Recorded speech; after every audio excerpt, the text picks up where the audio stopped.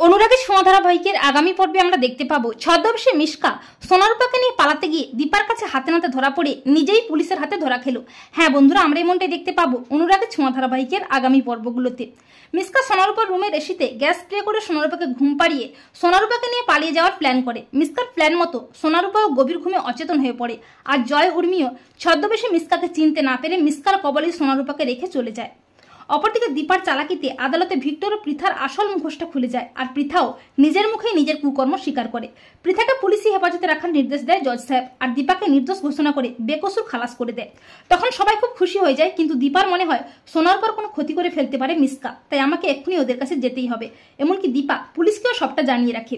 অপরদিকে মিশকা ঘুমে অচেতন সোনারূপাকে নিয়ে বেরিয়ে পড়ে। রূপার ঘুম ভেঙে গেলে মিশকার হাত থেকে নিজেদের বাঁচানোর চেষ্টা করে, কিন্তু মিশকার হাত থেকে কোনোভাবেই নিজেদের বাঁচাতে পারে না ছোট্ট রূপা।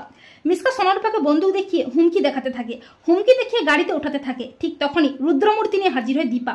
দীপা মিশকাকে বলে, তুই ধরা পড়ে গেছিস মিশকা, জানতাম তুই সোনারূপার কোনো ক্ষতি করার চেষ্টা করবি, আমি থাকতে তুই আমার মেয়েদের কোনো ক্ষতি করতে পারবি না। এই বলে দীপা মিশকাকে বেদম ধোলাই দেয়। এরপর দীপা মিশকার কাছ থেকে বন্দুকটা ছিনিয়ে নিয়ে মিশকার দিকেই তাক করে, আর বলে, মিশকা তোকে আজ আমার হাত থেকে কেউ বাঁচাতে পারবে না, তোকে আমি আজ নিজের হাতেই শেষ করব। আর ঠিক তখনই হাজির হয় পুলিশ।